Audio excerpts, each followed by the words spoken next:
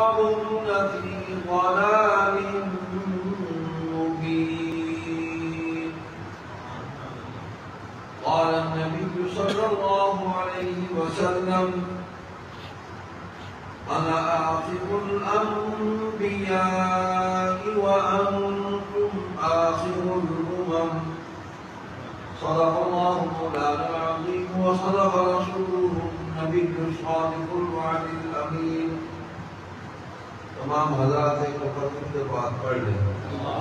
اللهم صل على محمد وعلى آل محمد كما صليت على إبراهيم وعلى آل إبراهيم إنك حميد مجيد. اللهم بارك على محمد وعلى آل محمد كما باركت على إبراهيم وعلى آل إبراهيم إنك حميد مجيد.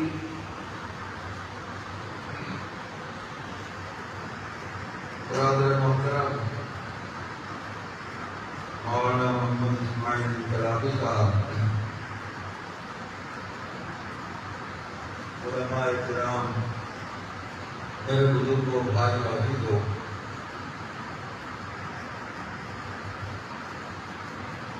تقریر کا وقت تو گزر چکا ہے. میرے ذہن میں تو اس وقت فارغ ہو کر نکلنا پڑا ہے، لیکن جو وعدہ کیا ہے دعا کرتے ہیں اللہ تعالیٰ وعدہ پورا کرنے کی توفیق عطا فرمائے. اس مقصد کے لیے آپ حضرات یہاں جمع ہوئے، یعنی حضور صلی اللہ علیہ وسلم کی سیرت طیبہ اور آپ کے پیارے اصحاب رضی اللہ عنہم و رضوا عنہم، ان کے ایمان افروز واقعات اور ان کی مجاہدانہ زندگی، اس کا ہم تذکرہ کر لیں اور اپنی آخرت کے لیے کچھ ذخیرہ کر رہے ہیں ہم یہاں، تاکہ قبر میں بھی کام آئے اور قیامت کے لیے بھی کام آ جائے. ایک تو یہ ہے کہ سارے لوگ اپنی نیت ٹھیک کر کے بیٹھتے ہیں. ہماری جیسے تبلیغی جماعت کے بزرگ فرماتے ہیں کہ ہم لوگ کی تصویر نیت کی ہے، نیت صحیح کر رہے ہیں تاکہ بیٹھنے کا ثواب صحیح مل جائے. اللہ کی رضا کے لیے بیٹھے، اللہ کے نبی صلی اللہ علیہ وسلم کی باتیں اور آپ کی سیرت طیبہ کو سننے کے لیے بیٹھے. انشاءاللہ یہ مجلس قبول ہو جائے انشاءاللہ. اللہ تبارک و تعالیٰ نے یہ ساری کائنات کو بنائی ہے، یہ مقصد نہیں بنائی. کوئی نہ کوئی مقصد ہے اس کا، اور اللہ تعالیٰ نے مقصد کو ظاہر بھی فرمایا قرآن کریم میں اور حدیث رسول اللہ صلی اللہ علیہ وسلم میں اور صحابہ رضی اللہ عنہم کی پاکیزہ اور نورانی ایمان والی زندگی میں امت پر مقصد واضح کر دیا کہ دنیا کس لیے بنائی. وما خلقت الجن والانس الا ليعبدون. ہم نے جنوں اور انسانوں کو اس لیے پیدا کیا کہ اللہ کی عبادت کریں. وما خلقنا السماوات والارض وما بينهما باطلا. کیا ہم نے یہ آسمان اور زمین کا تم نے کیا سمجھ رکھا ہے کہ ایسے بیکار بنا دیے؟ مقصد ہے اس کا. پھر یہ بھی فرمایا وَإِن مِّن شَيْءٍ إِلَّا يُسَبِّحُ بِحَمْدِهِ، کہ ہر چیز جو ہے وہ اللہ کی حمد و ثنا کرتی ہے، اس کی تسبیح کرتی ہے. ہر چیز وَإِن مِّن شَيْءٍ. یہ جو لوہے کا راڈ ہے، اسپیکر آپ نے بنایا ہوا ہے، کیونکہ اللہ کا ذکر کرتا ہے، تسبیح کرتا ہے. یہ لوہا بھی تو اللہ نے بنایا ہے، وہیں سے نکلا ہے. لکڑی بھی اللہ نے بنائی ہے. ہر چیز اس کا ذکر کرتی ہے. لیکن جتنی بھی مخلوقات ہیں حدیث میں یہاں تک آیا کہ جو گھاس ہوتا ہے یہ بھی اللہ کا ذکر کرتا ہے. اس پر چلتے ہوئے ذرا اپنی کھوپڑی کو ٹھیک رکھا کریں کہ ہم زمین پر چل رہے ہیں. اس کو رونتے ہوئے نہ چلا کریں. تکبر، غرور اور نشوت ان صرف جذبات کو دل و دماغ سے نکال دیا کریں کہ یہ تو جس زمین پر ہم چل رہے ہیں اسی میں ہم نے واپس جانا ہے. اور قبرستان والوں سے پوچھنا چاہتے اگر وہ آپ کو بتانے کی قوت رکھتے ہوں اور ہم ان کی بات سننے کی صلاحیت رکھتے ہوں بتائیں گے کہ ہم تم سے بڑے متکبر اور مغرور تھے، تم سے زیادہ دولت تھی ہمارے پاس، تم سے زیادہ اختیار اور اقتدار تھا، ہم بادشاہ ہوا کرتے تھے، آج مٹی میں مل گئے. تو اتنا اترا کے نہ چلو، تم نے بھی کل یہی آنا، تمہارے اوپر سے لوگ گزریں گے. انسان کی حقیقت تو اتنی ہے، لیکن اللہ تبارک و تعالیٰ نے ہر مخلوق کو کوئی نہ کوئی عبادت کا طریقہ، سلیقہ، کرینہ خود سکھا دیا. علماء نے، مفسرین نے بڑی عجیب عجیب باتیں لکھی ہیں. اللہ تو جاتا ہے ہر دور میں پڑھ رہا تھا حکیم الاسلام حضرت مولانا طارق محمد طیب قاسمی سب رہ رہے دارالعلوم سے موجود رہے، بہت بڑے آدمی. میں ان کی ایک تقریر پڑھ رہا تھا، کافی عرصہ پہلے انہوں نے پڑھی تھی. بڑی عجیب بات تھی. انہوں نے کہا کہ یہ جو درخت ہے یوں سمجھیں کہ یہ قیام میں کھڑے ہیں. آواز نہیں جا رہی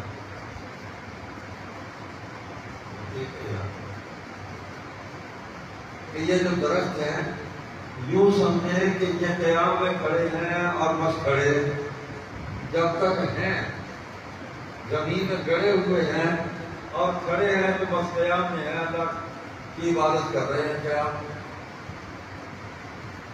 اور فرمایا کہ یہ جو چوپائے ہیں یوں سمجھو کہ یہ ہر وقت رکوع کی کیفیت ہے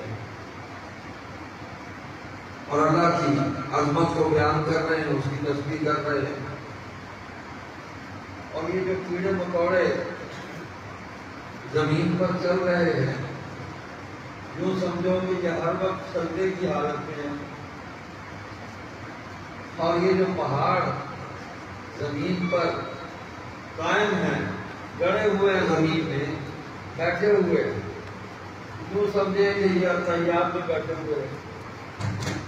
بہت ساری مثالیں انہوں نے اپنی تقریر میں مثالیں دی سمجھانے کے لیے. مقصد یہی ہے تو ہر چیز جو ہے وہ عبادت میں مصروف ہے، لیکن انسان کو سب سے اعلیٰ مخلوق بنایا جاتا ہے. ساری مخلوقات پر اس کو اختیار دیا، طاقت اور قوت اس کو عطا فرمائی، سب سے خوبصورت بنایا. خلقنا الانسان فی احسن تقویم. تو انسان کو سب سے اعلیٰ جو طریقہ ہے عبادت کا وہ سکھایا. سب سے پہلے انسان سیدنا آدم علیہ السلام اس دنیا میں تشریف لائے اور کہاں سے آئے تھے؟ جنت سے آئے تھے. ان کی اولاد 1,24,000 پیغمبر ان کی اولاد میں آئے، قیامت تک ان کی اولاد چلتی رہے گی. اور بالآخر پتہ نہیں یہ کتنی صدیوں کا سفر ہے، کتنے کروڑ سالوں کا سفر ہے. انسان نے سفر کو مکمل کرنا ہے اور واپس اپنے گھر جانا ہے. جہاں سے آئے تھے وہی جانا ہے، لیکن اپنے گھر وہی جائے گا جو گھر جانے والے راستے پر ہے. اگر تو راستے میں گڑبڑ ہو گیا، ادھر ادھر ہو گیا تو گمراہ ہو جائے گا، راستہ بھول جائے گا، گھر نہیں پہنچ سکے گا. تو اللہ تعالیٰ کی منشا یہ ہے کہ میرے یہ عاجز بندے جو ہیں یہ راستہ نہ بھولیں. تو راستہ بتانے کے لیے اور گھر تک پہنچانے کے لیے ہر زمانے میں اللہ تعالیٰ نے اپنے نبی اپنے کسی رسول کو بھیجا اور وہ اللہ کی مخلوق کو وہ راستے پر لگاتے رہے کہ دیکھنا ادھر نہ چلے جانا، ادھر نہ چلے جانا، یہ اللہ کے گھر کی طرف جاتا راستہ کسی کا جنت جاتا، میرے پیچھے پیچھے چلے آؤ، میری مانو، میرے پیچھے پیچھے چلے آؤ، جو میں کہتا ہوں اس کو مان لو تو راستہ نہیں بھولو گے، ہم سیدھے جنت میں جائیں گے۔ تو جس جس نبی کی جس نے پیروی کی ان کی امتوں میں ان کے پیچھے پیچھے چلے اور سیدھے جنت میں داخل ہو گئے، اپنے گھر پہنچ گئے سلامتی کے ساتھ۔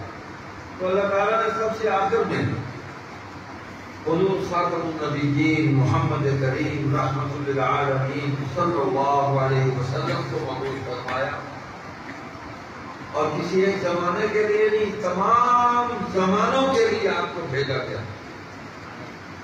اب سارے زمانے حضور کے زمانے ہیں، کوئی نہیں ہے درمیان میں۔ حضور کے بعد بس ہمیں قیامت آنی ہے، وہ بھی آخرت امیوں کے لوگ وہ آخرت پر یقین رکھتے ہیں ایمان والے، اور کچھ نہیں ہے درمیان میں۔ اور حضور صلی اللہ علیہ وسلم کو اللہ تبارک و تعالیٰ نے تمام انسانوں کی طرف بھیجا ہے، بنی نوع انسان کی طرف بھیجا ہے۔ قرآن کریم نے اس طرف ہماری توجہ مبذول کرائی۔ اعوذ باللہ من الشیطان الرجیم قل یا ایھا الناس انی رسول اللہ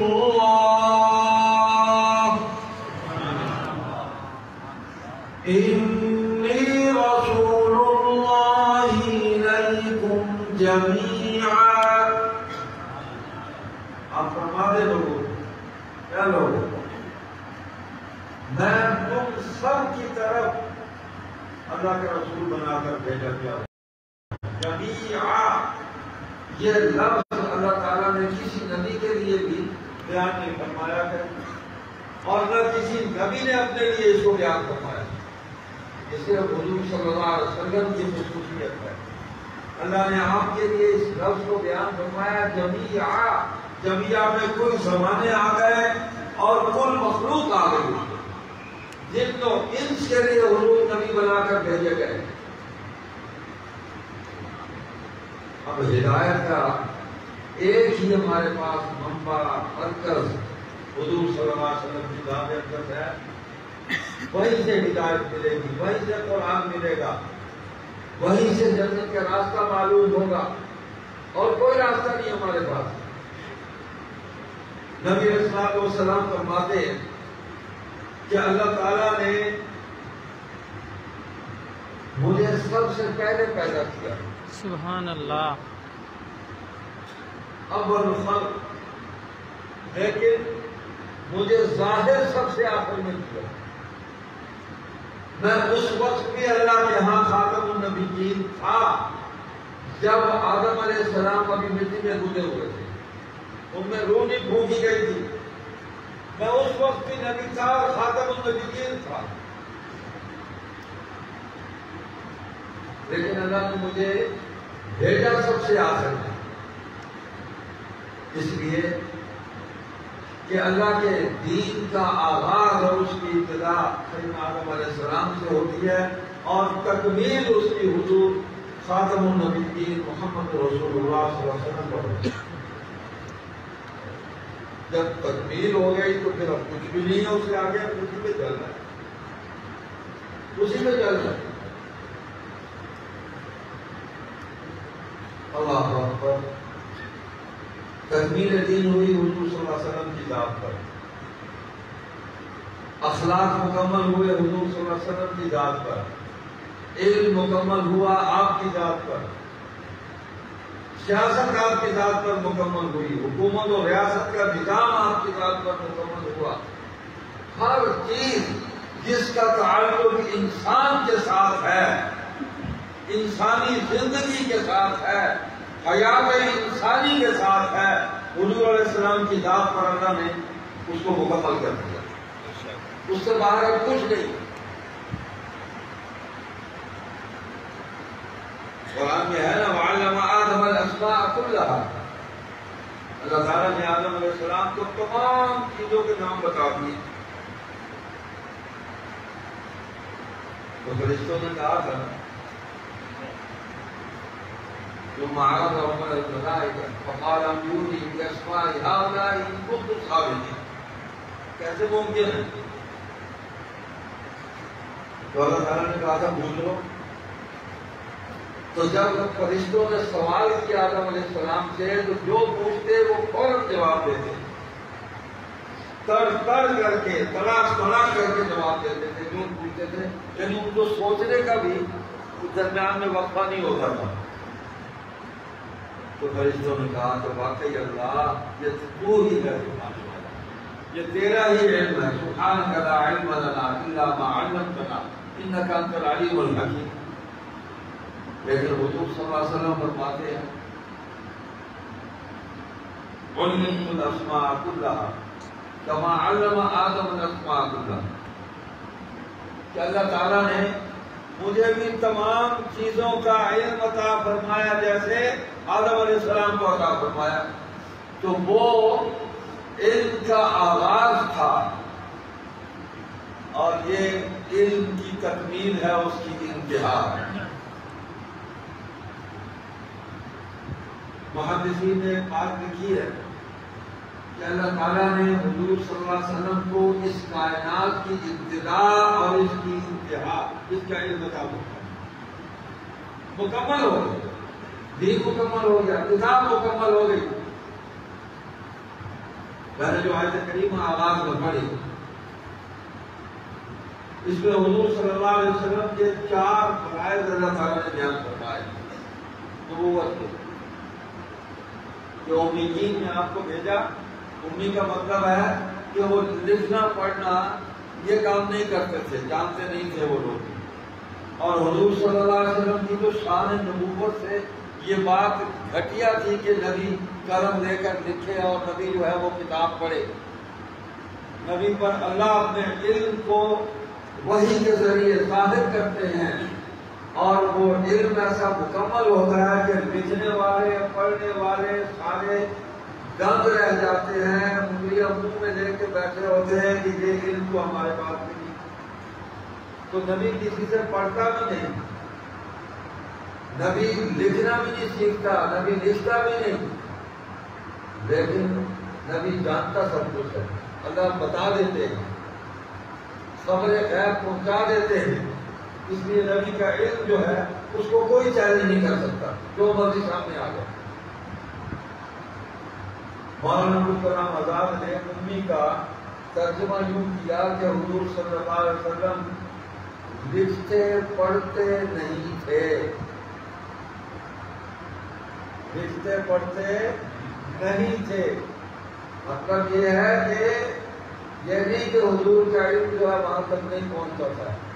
ایک واقعہ بھی ہے، صحابی کو آپ کچھ لکھوا رہے تھے، آپ فرما رہے تھے لکھو، تو لکھتے لکھتے کوئی لفظ ان سے وہ حافظے سے ادھر ادھر ہو گیا. تو آپ کی نگاہ پڑی تو آپ نے فرمایا اس لفظ کو ٹھیک کرو، میں نے یہ بولا ہے یہ لکھو. تو اللہ نے بتا دیا نا کہ کہیں آپ کا فرمان غلط نہ لکھا جائے، یہ لفظ ٹھیک کرواؤ، ٹھیک کرواؤ اس کو، کہیں گڑبڑ نہ ہو جائے. آپ نے کچھ فرمایا، کچھ لیا کسی نے، آگے کیا پہنچے گا؟ تو جو فرمایا وہی لکھا جائے گا اور وہی آگے پہنچے گا، اور وہی پہنچا ہم تک، وہی پہنچا ہم تک. تو امیین میں وہ لوگ بھی لکھتے پڑھتے نہیں تھے، جانتے نہیں تھے. اس کا مطلب جاہل نہیں ہے. جاہل تو ہر چیز سے بے خبر ہوتا ہے، حلال کو حرام کر دے گا، حرام کو حلال کر دے گا، ہر چیز سے بے خبر ہوتا ہے. استغفر اللہ. یتلو علیہم آیات، پہلا فریضہ ہے قرآن کی تلاوت کریں ان کے سامنے. دوسرا کیا ہے وَيُزَكِّيهِمْ، تیسرا کیا ہے وَيُعَلِّمُهُمُ الْكِتَابَ، اور چوتھا کیا ہے وَالْحِکْمَةَ.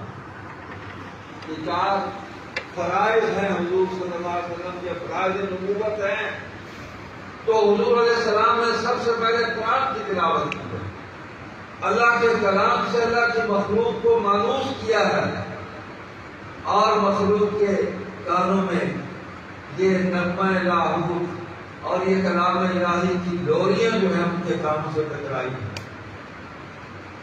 وہ آگے کریں گی، وہ یزکیہم، اللہ اکبر، اس طرح کی اجازت نہ مجائی کرنا، رگڑائی کرنا۔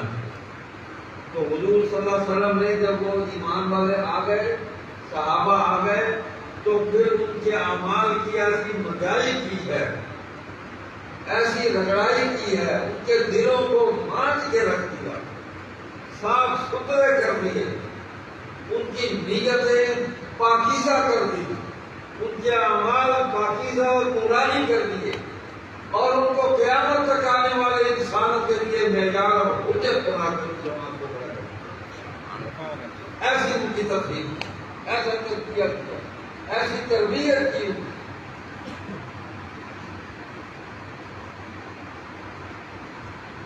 حضرت امیر شریعت رحمۃ اللہ علیہ کے بڑے فرزند و جانشین مولانا سید ابو معاویہ ابو بکر بخاری رحمۃ اللہ علیہ فرمایا کرتے تھے، صحابہ وہ ہیں جنہیں حضور صلی اللہ علیہ وسلم نے وحی کی ڈوریاں دے کے پالا ہے۔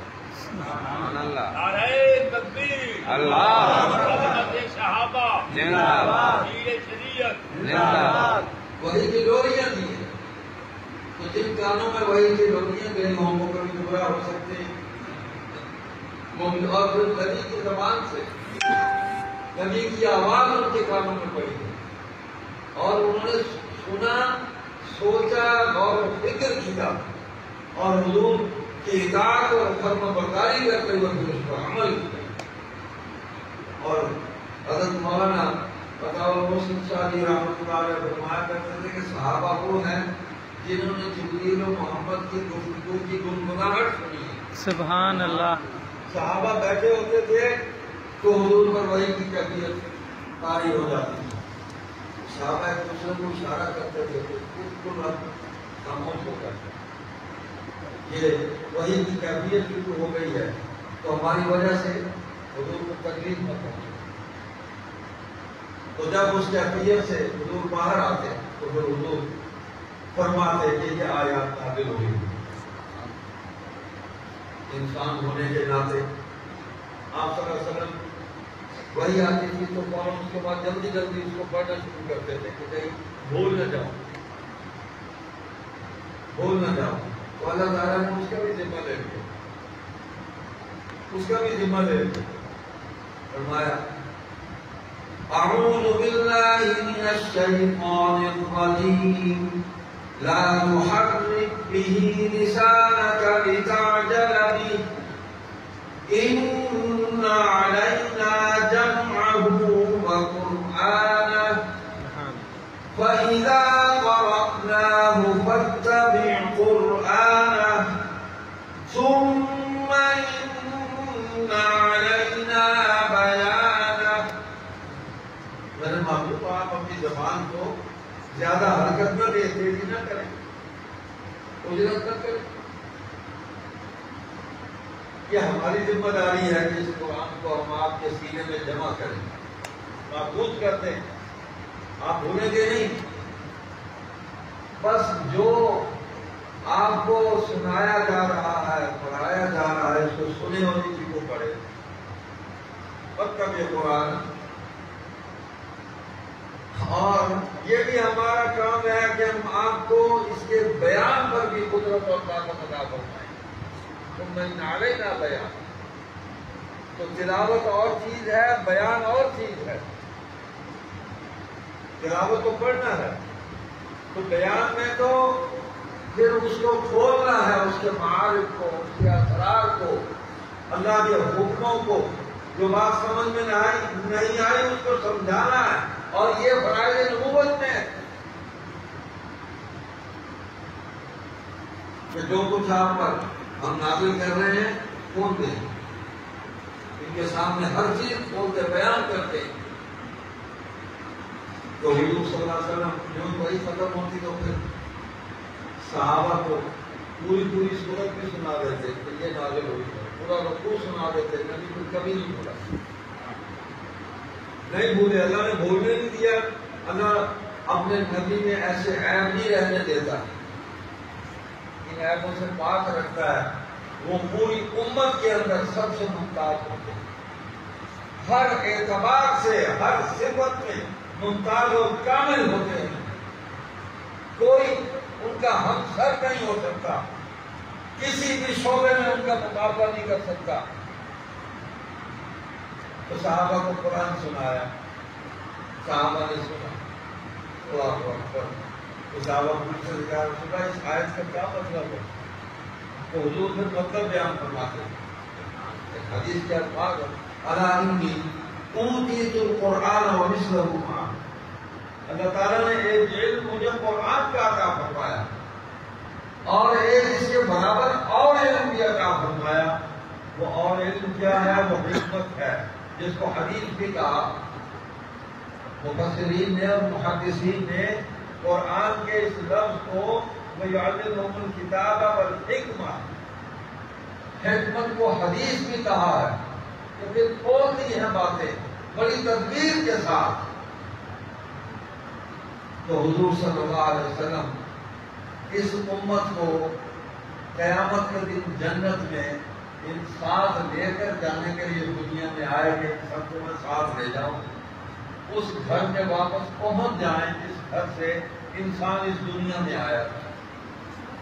ہمارے پاس لوگ جو بہت زیادہ پڑھ لکھ جاتے ہیں، حضور علیہ السلام نے یہی دعا مانگی تھی، اللہم انی اسألک علما نافعا، یا اللہ مجھے نفع والا علم عطا فرما، اللہم انی اعوذ بک من علم لا ینفع، مجھے وہ علم نہ عطا فرما جو نفع نہیں دیتا۔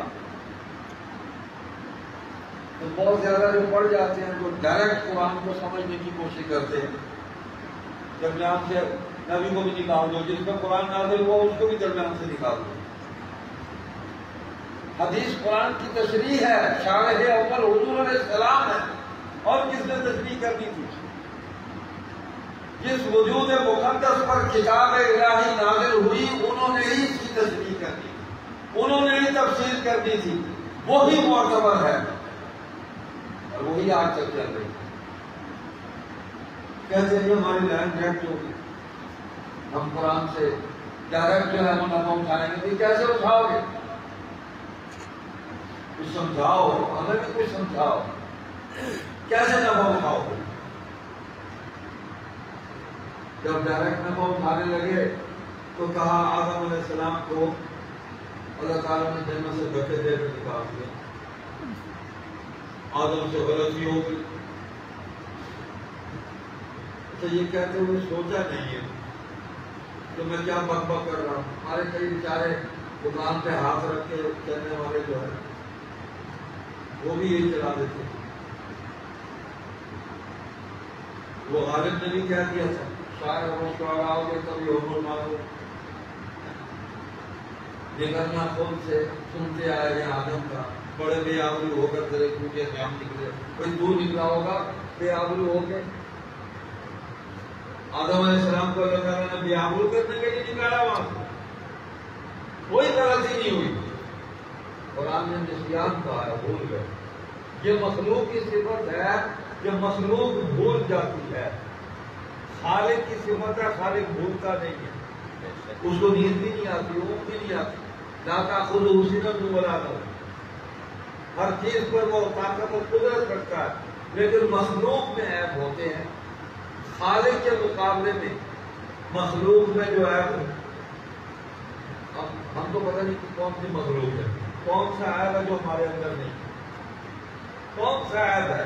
ذرا آنکھ بند کر کے اندر جھانک لیں، مجھ سمیت میں بھی جھانک لوں کہ میں کیا ہوں، صبح سے شام تک کتنے گناہ میں نہیں۔ لیکن نبی معصوم ہوتا ہے، نبی کا عیب جو ہے نا وہ اس کا بھی ہمارے ساتھ کوئی موازنہ نہیں ہے، کوئی تقابل نہیں ہے، تو وہ عیب اتنا ہی ہے کہ وہ بھول گئے، ہم بھی بھول جاتے، لیکن جو کچھ باقی ہم کرتوت کرتے ہیں نبی وہ نہیں کرتے۔ تو نسیان ہوا، اللہ نے فرق قائم کیا، امتیاز کر دیا کہ دیکھو ہے میرے نبی، پہلا انسان ہے، میں نے اپنے ہاتھوں سے بنایا، میں نے روح اس کے اندر ڈھونڈی، لیکن بلا دیا، شیطان نے چکر چلایا، اس کو بھی تو یہ طاقت اللہ نے دی تھی نا، شیطان نے جو بلایا، اس کو بھی تو اللہ نے پیدا کیا، شیطان کو وہ من سے خود کو خود پیدا ہو گیا، انہیں پر کر دیا نہیں تھوڑا تھا، اس نے لکھا استغفر اللہ کہ اللہ تعالیٰ نے میرے ساتھ جو ہے وہ جنسی عمل کیا، مجھے پیٹ ہو گیا، میں 10 مہینے اس پیٹ کو لے کے پھرتا رہا، اور میں اپنے میں سے خود ہی پیدا ہو گیا، مطلب لگتا ہے میں چکر کو پکڑ کے کھڑوتے ہیں تو تمہارے زور سے بھی تو آپ نے جواب ڈالتا ہے،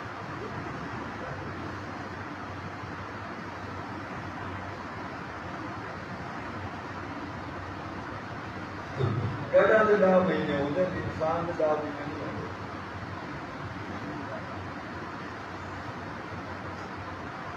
تو جناب خود بخود شیطان بھی پیدا نہیں ہوا، اس کو بھی اللہ نے پیدا کیا ہماری آزمائش کے لیے، ہمارے امتحان کے لیے۔ تو آدم علیہ السلام کو بڑے اعزاز کے ساتھ اس دنیا میں اتارا گیا، دنیا کو آباد کرنے کے لیے۔ آدم علیہ السلام کی اولاد میں 1,24,000 نبی آئے، یہ سزا کا نتیجہ ہے، یہ غلطی کا نتیجہ ہے۔ قرآن میں کئی غلطی کے لفظ نہیں ان کے بارے میں، نسیان ہے، بھول گئے، بلا دیا، سبب بنانا تھا زمین پر اتارنے کا، بنا دیا۔ پھر اما ہوا کو ان سے پیدا کیا، دیکھے نا مطلب خالق کی شان ہے۔ پھر حابیل اور قابیل ہے، پھر کیا ہوتا ہے۔ اور آج تک آدم علیہ السلام کی اولاد چل رہی ہے۔ نبی علیہ السلام فرماتے ہیں کلکم بنو آدم وآدم من تراب، ہم سب آدم کی اولاد ہیں، اس کے بیٹے ہیں، لیکن آدم مٹی سے ہے، شیطان آپ سے ہے، فرق ہے۔ تو اللہ تعالیٰ نے اس دنیا میں ان کی دلداری کے لیے جنت کا سامان یہاں کیا۔ علماء نے لکھا کہ اتنے خوبصورت گھر سے جب وہ یہاں آئے تو یہاں اللہ تعالیٰ نے پھر درخت بھی لگائے ہوئے تھے، یہاں دریا نہریں بھی چل رہی تھی، یہاں ٹھنڈی ہوائیں بھی چل رہی تھی، یہاں پھول بھی تھے، ان کی خوشبو بھی تھی، وہ کچھ مناظر جو ہے سبزہ بھی تھا۔ اللہ تعالیٰ نے اس دنیا میں وہ ساری اپنی قدرت کے مظاہر جو جنت میں تھے اس کی ایک جھلک یہاں بھی بنا دی کہ دل لگ جائے، اداس ہو جائے گے تو دل لگ گیا۔ پھر اما ہوا آ گئی تو اور دل لگ گیا ہماری ماں۔ اللہ نے یہ فطری نظام بنایا۔ تو مت کہا کرے کہ آدم سے غلطی ہو گئی، آدم کو دھکے دے کے وہی دھکے دے کے نہیں نکالا، دھکے دے کر وہاں سے پھینکا ہوتا تو بچتا کیا نہیں؟ فرشتے لے کے آئے، فرشتے لے کے آئے، یہاں اتارا انہوں نے، درمیان میں خلاؤں میں جو برا ناریہ ہے اس سے بھی گزارا، اس سے وہ گزر نہیں سکتا۔ آگ ہی آ گیا، تبش ہی تبش ہے، آکسیجن کا نہ ہوتا تو فرشتوں نے کچھ سلنڈر تھوڑا لگائے ہوئے تھے ساتھ آکسیجن سے، بس اتارا، اپنی قدرت سے اتارا اور زندگی کے اسباب کے ساتھ اتارا۔ لوگوں کو سیدنا عیسیٰ علیہ السلام کی حیات سمجھ نہیں آتی، کہتے ہیں وہ زمین سے اوپر کیسے چلے گئے، اوپر کیسے چلے گئے؟ وہ ہمارے کبیر والا نے، ایک مولانا محمد شفیع ہوا کرتے تھے رحمۃ اللہ علیہ، بڑے دلچسپ آدمی تھے، ساری زندگی رزق کا مقابلہ کرتے رہے، صحابہ کی شان بیان کرتے رہے، بڑا کمال آدمی، بہادر آدمی تھا۔ تو اس نے ایک جگہ کامیابی سے گفتگو ہو گئی، اس نے کہا کہ وہ زمین سے آسمان پہ کیسے چلے گئے؟ انہوں نے کہا کہ وہ آدم علیہ السلام آسمان نے زمین سے ایسا نہیں ملا ہے، یہ وہ دھوئیں سے آ گیا آسمان میں، بھون سے عثمانہ سے جا سکتا ہے، وہ کون لے آیا؟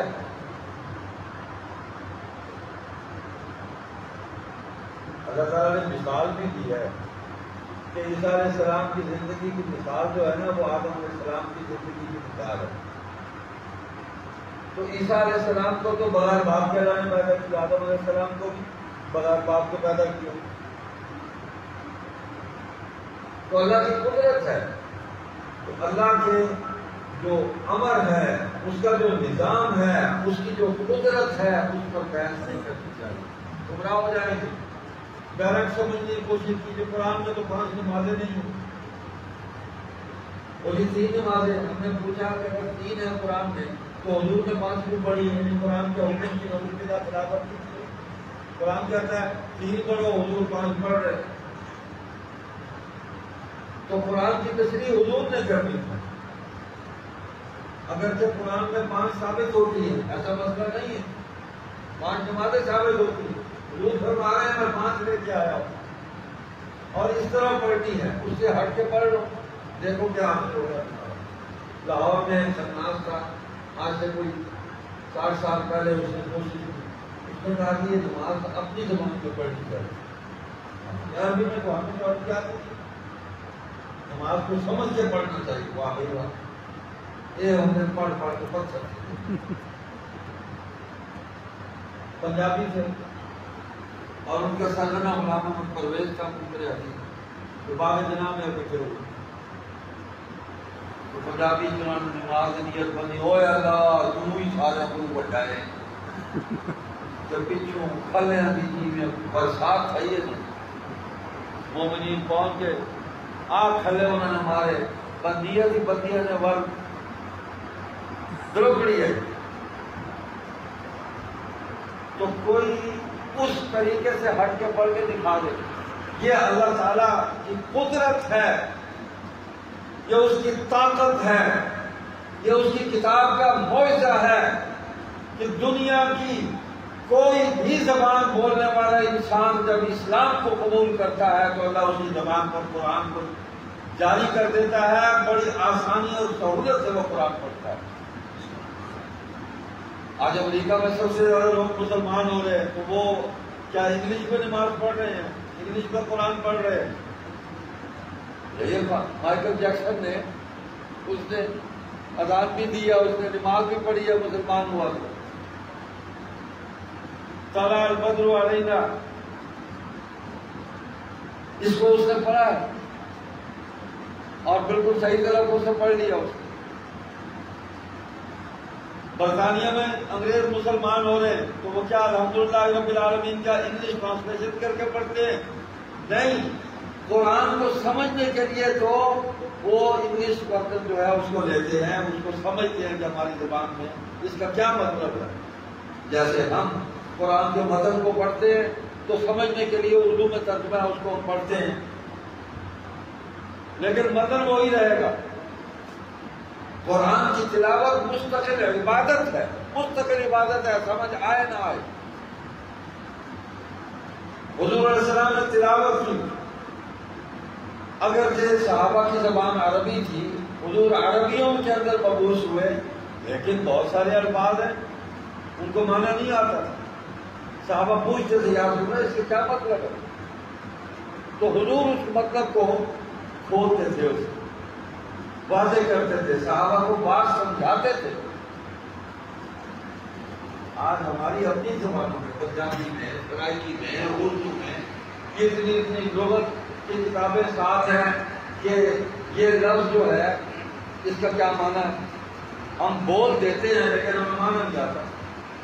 ہم اپنی دادیوں سے پوچھتے ہیں، ہم ماؤں کو زبان زیادہ یاد ہو اس لیے کہتے ہیں میری مادری زبان.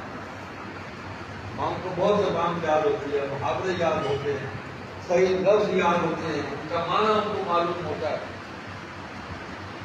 ہم تو باہر ہمارا گرتی کرتے رہتے ہیں تو ہمارا تو ذہن پتہ نہیں کام کا آؤٹنگ کرتا ہے، پھرتا ہے، سیر کرتا ہے. وہ تو گھروں میں بیٹھتی ہیں جو پاکیزہ مائیں ہوتی ہیں، شریف مائیں ہوتی ہیں. اللہ تعالیٰ ان سے علم میں بھی برکت ہوتی ہے، ان سے پوچھتے ہیں. ہمارے محبت والے خان ہیں، محاورے چلتے ہیں، مقامی محلے ملتانی زبان الگ زبان ہے. الگ زمانے میں، تو وہ ہم سمجھتے سے ابڑ ہوئی تھی، تو ہمیں سمجھ میں نہیں آتا، ہم نے پوچھا کہ یہ ابڑ ہو کیا ہوتی، تمہیں آگے یہ اچانک آتا اگر یہ ابڑ ہوتی آتا۔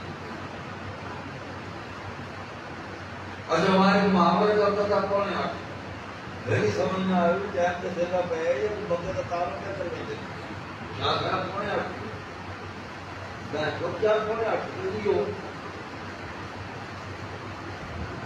تو میں پوچھا کہ یہ کیا ہے، مطلب محاورہ ہے ساری سپورٹ کرتے کوٹ نہ پانے سے کون ہے آپ کو آ جائے جڑا نہ زنانہ ہو نہ مردانہ ہو، ان کو سب کون ہے اٹھا دیں۔ میں کہہ رہا ہوں کہ ہر زبان کے بے شمار محاورے ہیں، بے شمار الفاظ ہیں جس کا ہمیں پتہ ہی نہیں، معنی نہیں جانتے۔ تو عربی بھی صحابہ سارے الفاظ نہیں جانتے تھے قرآن کے، انہوں سے پوچھتے تھے، انہوں نے جو تشریحات کی ہیں، جو تفصیلات بیان کی ہیں۔ اب دیکھیں نا قرآن کے اندر ایک لفظ ذنب آیا ہے، اِنَّا فَتَحْنَا لَكَ فَتْحًا مُبِينًا لِيَغْفِرَ لَكَ اللَّهُ مَا تَقَدَّمَ مِنْ ذَنبِكَ وَمَا تَأَخَّرَ۔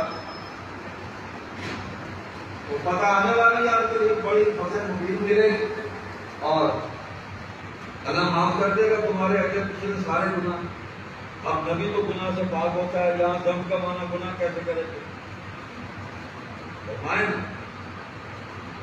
نبی تو گناہ نہیں کرتا، تو اللہ تعالیٰ کہہ رہے ہیں تمہارے اگلے پچھلے گناہ معاف کر دیں گے۔ ہمارے مولویوں کے یہاں ایک زبان چلتی ہے بات کو سمجھانے کی جو علمی انداز ہے کہ محمل بدلنے سے معنی بدل جاتا ہے۔ کیا مطلب؟ کہ جس کے بارے میں لفظ بولا جا رہا ہے اس کو دیکھا جائے گا۔ یہ عربی زبان کوئی معلوم زبان نہیں ہے، ایک لفظ کے کئی کئی معنی،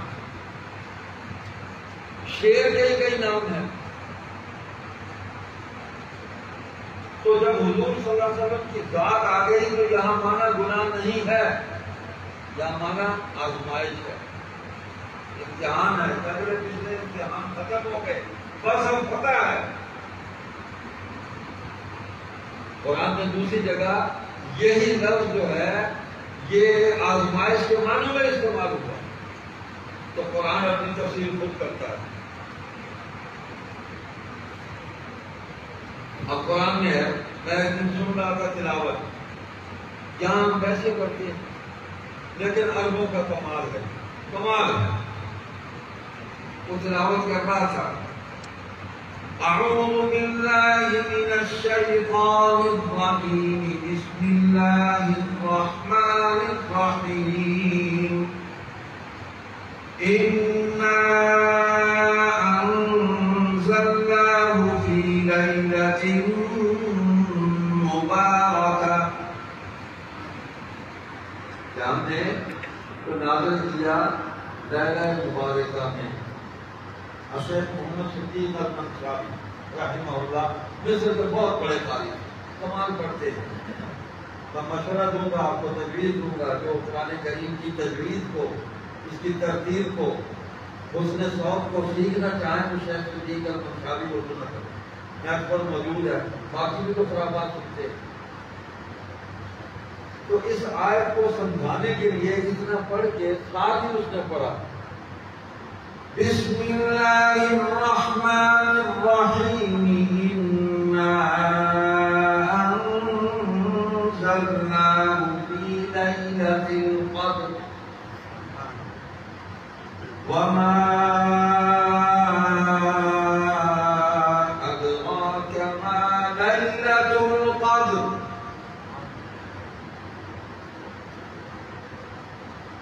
اساں لیلہ مبارکہ شبرات بنا چھوڑی کہ آپ پٹاخے چلائے جاتا ہے، چلن تھا تھو تھوس پھر ساری رات لگے ہوئے ہیں، نہ خدا نہ رسول نہ قرآن کچھ ہے یاد کوئی۔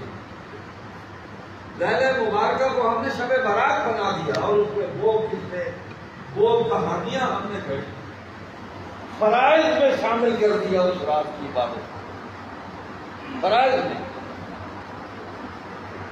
تو تو اس نے قرآن کی آیت پڑھ کے دوسری سورت پڑھ کے اس آیت کی تشریح کر دی.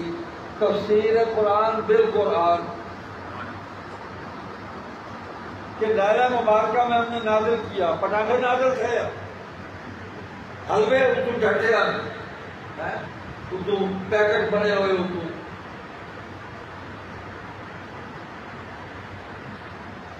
نازل کیا قرآن کو لیلہ مبارکہ میں. لیلہ مبارکہ کیا ہے؟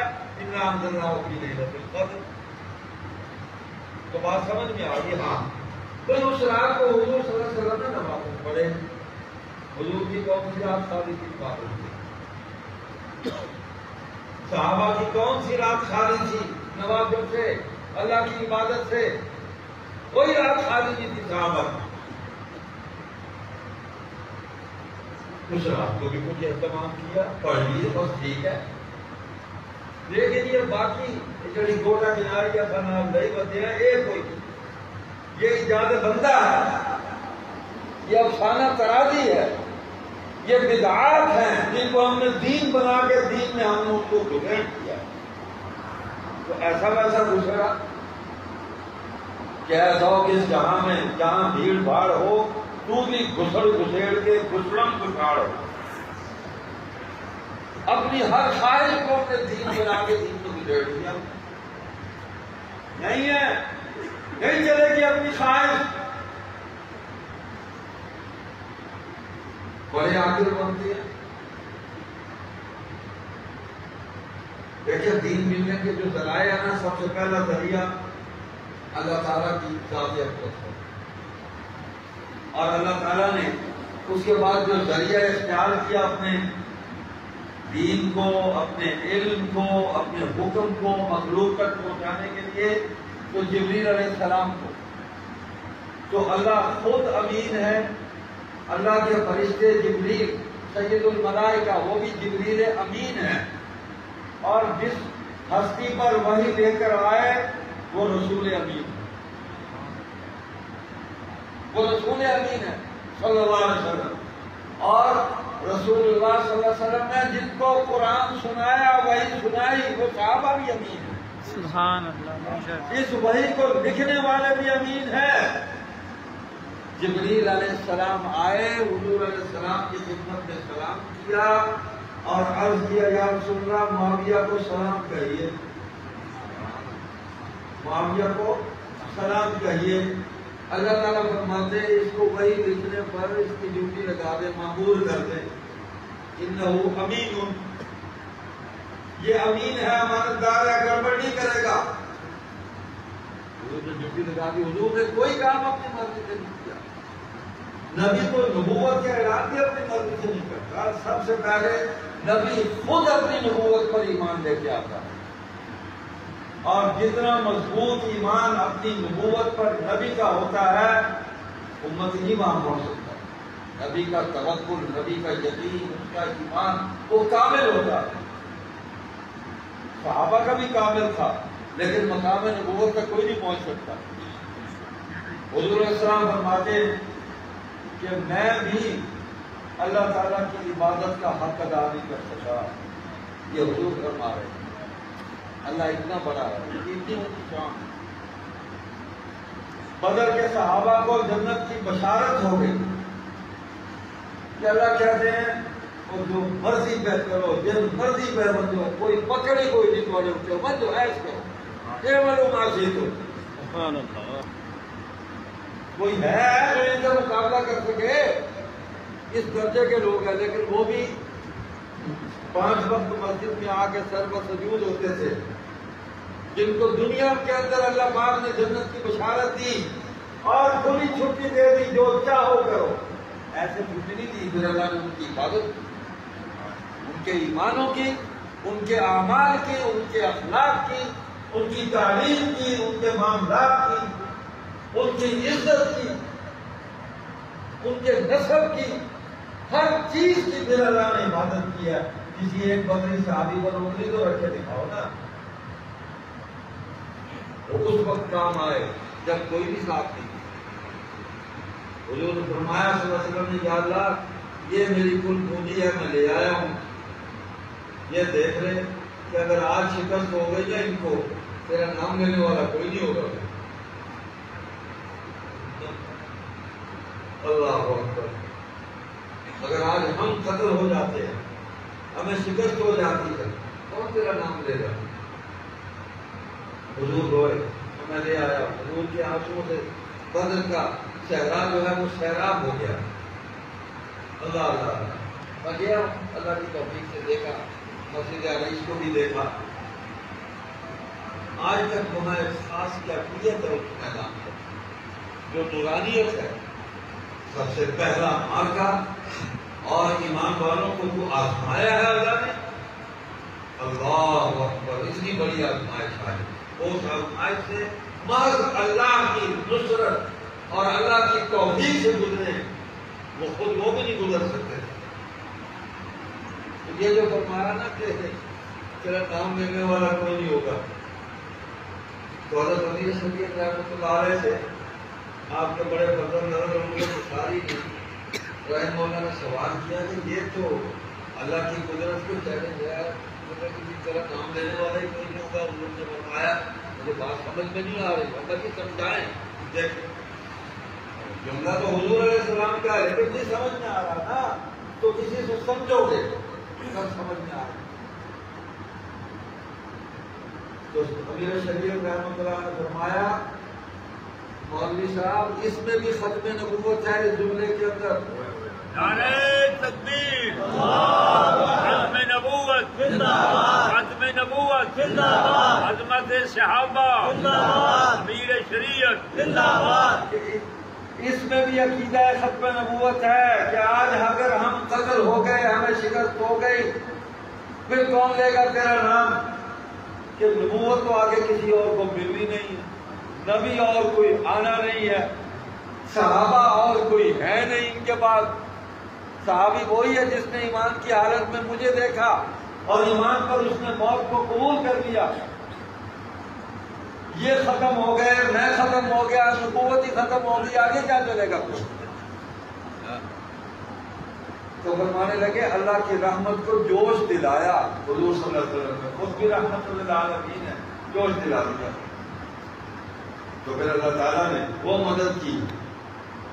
وَلَقَدْ نَصَرَكُمُ اللَّهُ بِبَدْرٍ وَأَنْتُمْ أَذِلَّةٌ.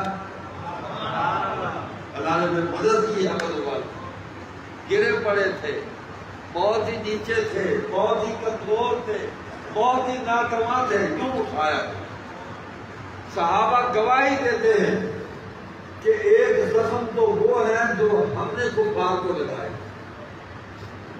تلوار کا زخم لگائے. حضرت علی بھی وہیں تھے رضی اللہ تعالیٰ، حضرت ابو بکر بھی وہیں تھے، فاروق اعظم عمر وہ بھی وہیں تھے، عثمان سارے وہیں تھے،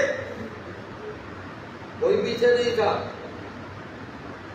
اور یہ کامل ایمان والے تھے.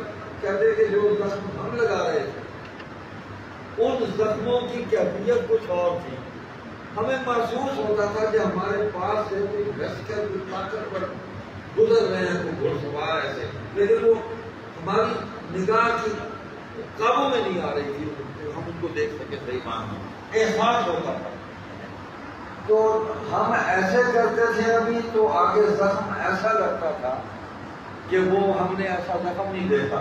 ہمارے مارے ہوئے جو تھے ان کے زخم اور تھے، اور جو اللہ کے فرشتوں کی طرف سے مارے ہوئے تھے ان کے زخم اور تھے. صحابہ گواہی دیتے ہیں کہ ان کے زخموں کی کیفیت یہ تھی کہ جیسے جل گیا ہو. تو یہ مدد آئی. پھر میں ایک بات آپ سے کہتا ہوں، یہ صحابہ کا مقام جو ہے، ہم نے لوگوں سے الفاظ اس کے لیے لینے ہیں، سمجھنے ہیں، پوچھنے ہیں، یہ قرآن سے. یہ جو ہم ان کی اتباع میں، وہ جو اسلام کی اپوزیشن ہے، اسلام کی حزب مخالف ہے، ان کی اتباع میں ہم نے ان کے الفاظ جو ہیں ان کو خاص طور پر اختیار کر کے کسی احساس کمتری میں مبتلا ہے جو ہم ان کو استعمال کرتے ہیں. لفظ مولا کتنے معنی ہیں اس کے؟ مولوی کا یہ بتاؤ مجھے. کتنے معنی ہیں اس کے؟ تو وہی بات محمد بدلنے سے معنی بھی بدلے گا. حضور صلی اللہ علیہ وسلم کے مولا جتنے بھی تھے ان کی مستقل فہرست ہے. اٹھاؤ اسماء الرجال، الاشتیاق کو اٹھاؤ، الاشارہ فی تمجید الصحابہ اٹھاؤ، اس کو اس الغابہ کو اٹھاؤ. لکھا ہوا ہے انس مولا رسول اللہ صلی اللہ علیہ وسلم. بھائی یہ خادم تھے. زید مولا رسول اللہ صلی اللہ علیہ وسلم. شکران مولا رسول اللہ صلی اللہ علیہ وسلم. یہ نام تمہیں نہیں آتے، ایک ہی نام تم نے یاد کیا ہوا ہے. اس پہ بات کریں گے تو کہیں گے اور بےمان ہے، ہم کو علی کا دشمن. بڑا آسان ہے کسی کو اوپر الزام لگانا، بکواس کرنا، بک کرنا، آسان ترین کام ہے. بھائی جو جہاں ہے اس کو وہیں رکھو.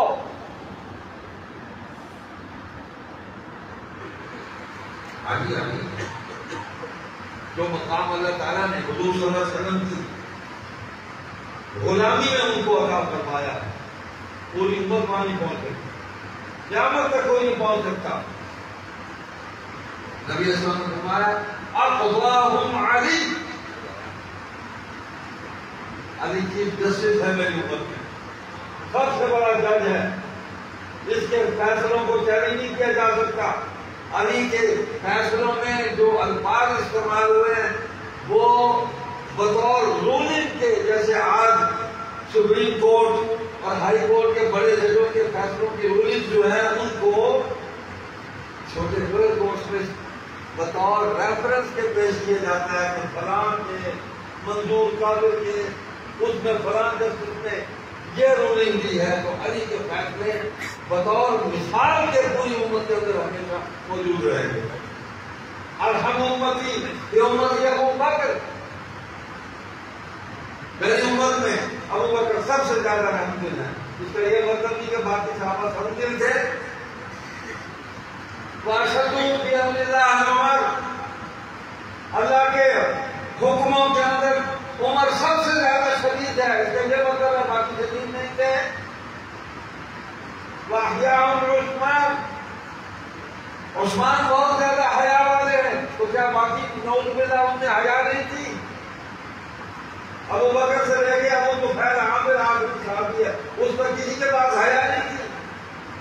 واقعہ علی، علی سب سے اچھے فیصلے کرنے والے ہیں. تو کیا باقی جو فیصلے ابو بکر نے کیے، عمر نے کیے، عثمان نے کیے، جو حسن بن علی نے کیے، جو حسین بن علی نے کیے، جو معاویہ بن ابی سفیان نے کیے، وہ باتیں ہیں؟ بھائی درجات ہیں. ابو بکر سب سے زیادہ قریب ہے آفتاب نبوت، متصل ہے مقام صدیقیت، مقام نبوت کے ساتھ بالکل جڑا ہوا ہے. پھر عمر جڑے ہوئے ہیں، پھر عثمان ہے، پھر علی ہے. درجات ہے. اللہ نے مقرر کر دیے. یہ میری ذمہ داری نہیں لگائی اللہ تعالیٰ نے کہ میں بیٹھ کے صحابہ کی درجہ بندی کروں، وہ بھی اللہ نے کر دی. اعوذ باللہ من الشیطان الرجیم.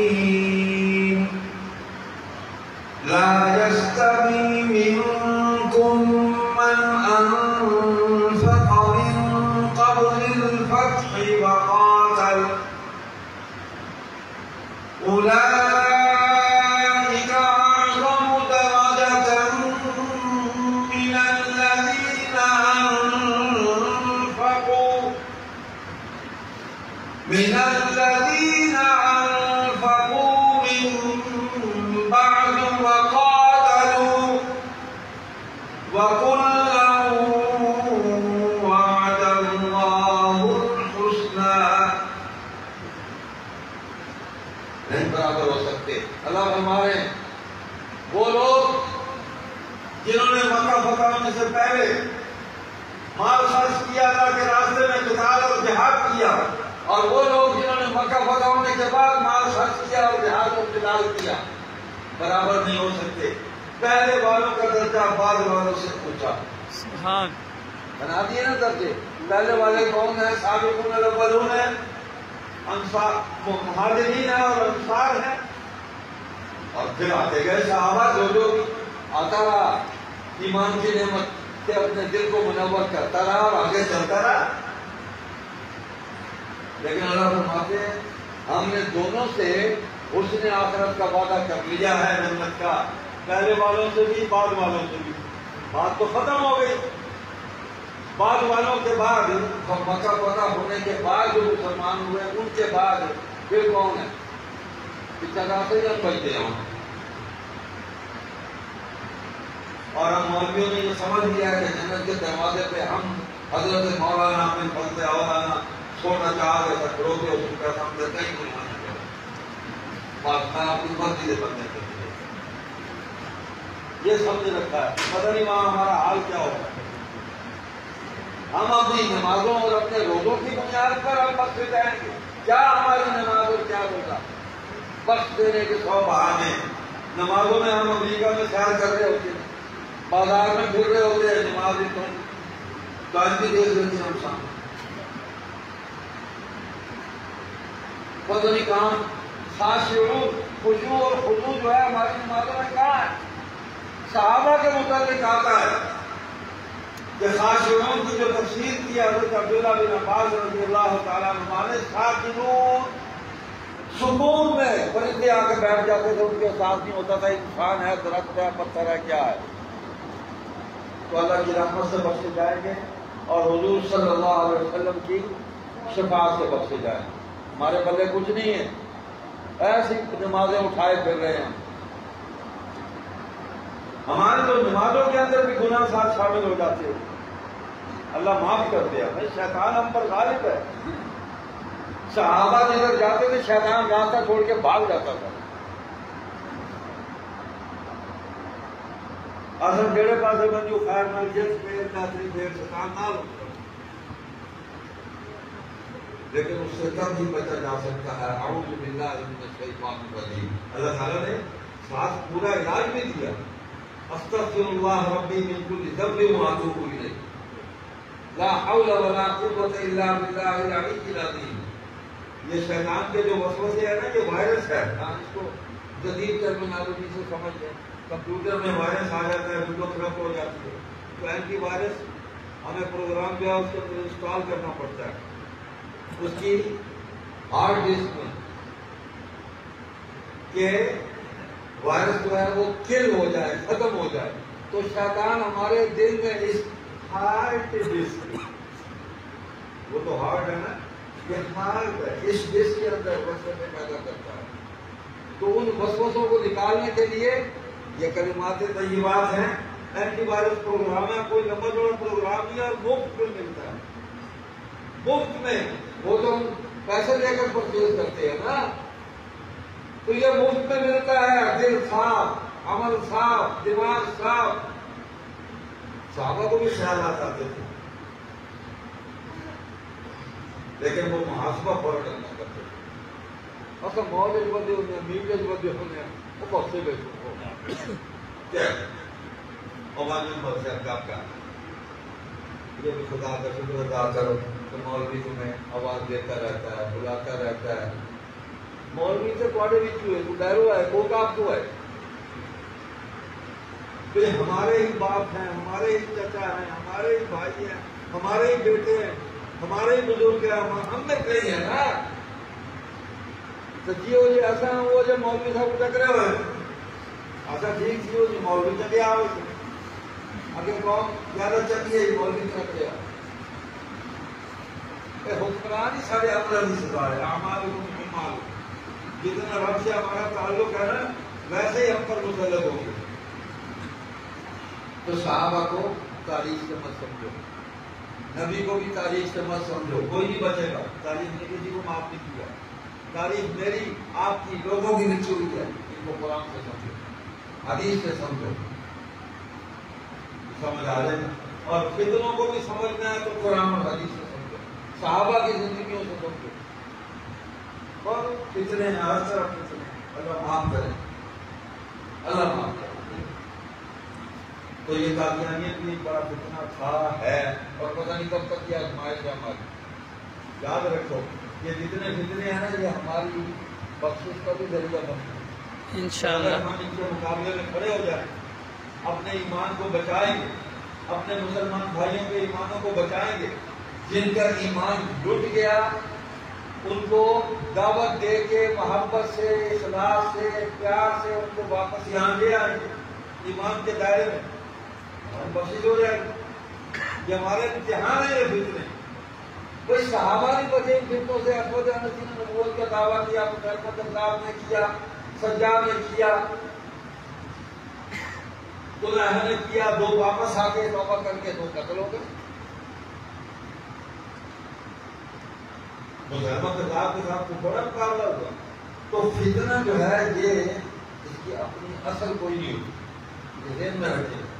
یہ فطری طور پر حرامی ہوتے ہیں، نسل نہیں ہوتی اس کے پیچھے، نہ اس کی کو اپنی پہچان ہوتی ہے، نہ اپنا کوئی تعارف ہوتا ہے۔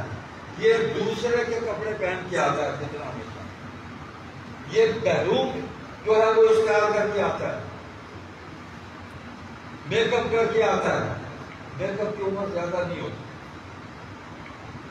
یہ منہ ایک چھٹا کا مارا تو شکل دے گھر سے کام میں ڈالا۔ یہ شاہد الموجود دیکھیں نا کوئی تو میک اپ ہے، بہروپ ہے۔ تو جیسے قادیانی ہے، منکرین حدیث ہے، ہمارا ہی نام لے کے، ہمارا قرآن اٹھا کے، ہماری حدیث اٹھا کے، ہماری ہی نمازیں اٹھا لی، ہماری ہی نظام زکوٰۃ اٹھا لیا، سسٹم سارا ہمارا اٹھا لیا، اور اس کی تشریحات اپنی کر دی۔ ہماری تشریح بھی نہیں چلے گی، تشریح نبی کی چلے گی، تشریح صحابہ کی چلے گی جنہوں نے نبی سے سمجھ کے ہمیں بتایا۔ ہم کیا ہیں؟ آج تک جتنی قرآن کی تفسیریں ہیں مرکز تو صحابہ کی روایات ہیں نا۔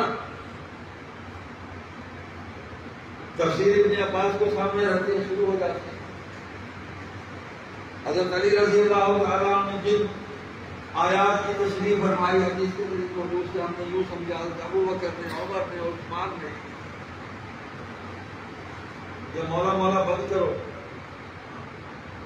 مولا مولا مولا کر کے لوگوں کو دماغ خراب کیے ہوئے ہم نے۔ اوپر سے بڑے مولوی سے لے کر نیچے تک سارے اس کام کو کرتے ہیں۔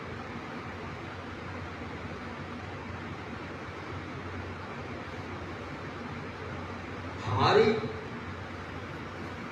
ایمان والوں کی اور ایمان والے مومنین کی جو حزب اختلاف ہے، جو اسلام کی اپوزیشن ہے، ہماری گفتگو میں، ہمارے الفاظ میں، ہمارے اعمال میں واضح فرق ہونا چاہیے۔ نہیں بچے گا ایمان تمہارا۔ ان اصطلاحات کو اگر تم اختیار کرو گے اور تشبیہات جو ہے وہی تم بیان کرو گے، فرق ختم ہو جائے گا اور آہستہ آہستہ تم ان کے اندر جھک جاؤ گے۔ نوجوان بیٹھے یا پڑھے لکھے کہتے ہیں کہ سوسائٹی موو کریں تو آپ کو یعنی معاشرے کے اندر آپ گھومیں پھریں، ہر جگہ جائیں، دیکھیں، آپ کو پتہ چلے گا دنیا میں کیا ہو رہا ہے۔ لیکن ایمان کو بچا کے سلامتی کے ساتھ وہاں جائیں، مشاہدہ کریں اور ان کی تربیت، ان کی ہدایت کے لیے اس نیت سے جائیں کہ اللہ میرے جانے سے، میرا کچھ کہنے سے ان کو ہدایت ہو جائے۔ میں ہر سوسائٹی میں بیٹھا ہوں، آپ کی دعا میں کنجروں میں بھی بیٹھا ہوں، میں نے ان کے کلچر کا مطالعہ کیا ہے، میں رافضیوں میں بھی بیٹھا ہوں، میں قادیانیوں میں بھی بیٹھا ہوں، میں منکرین حدیث میں بھی بیٹھا ہوں، اہل قرآن کے اہلانے والوں میں بھی بیٹھا ہوں۔ سنیے میں نے باتیں، لیکن اپنا ایمان میں نے پہلے بچایا کہ ان میں بیٹھ کے میں اپنا کوئی لفظ نہیں چھوڑوں گا، اپنا عقیدہ نہیں چھوڑوں گا۔ میں ان کو دیکھنے آیا ہوں طریقہ واردات کیا ہے۔ ایک ہوٹل میں کبھی بیٹھا کرتے تھے، ہمارا بھی نوجوانی کا دور تھا، مختلف شعبوں کے لوگ آتے تھے، مثال صاحب ہے زندہ ہے تو اللہ اس کو ہدایت کی زندگی دے، ایمان والی زندگی دے، دعا کرنی چاہیے. موت ہو گیا تو اللہ بخش دے. مسلمان میں تھا تو شراب پر گفتگو شروع ہو گئی. چل رہی تھی، مختلف لوگ اس کی کیفیات پر، شرابی کے اسٹائل پر اپنے اپنے جو ہے مشاہدات اور تجربات بیان کر رہے تھے. تو اس نے کہا کہ شاہ جی بڑی چست رشتہ ہے، یہ گھٹی لا تھوڑے ایان نہ کھول جاؤ تو میری کیا ہے.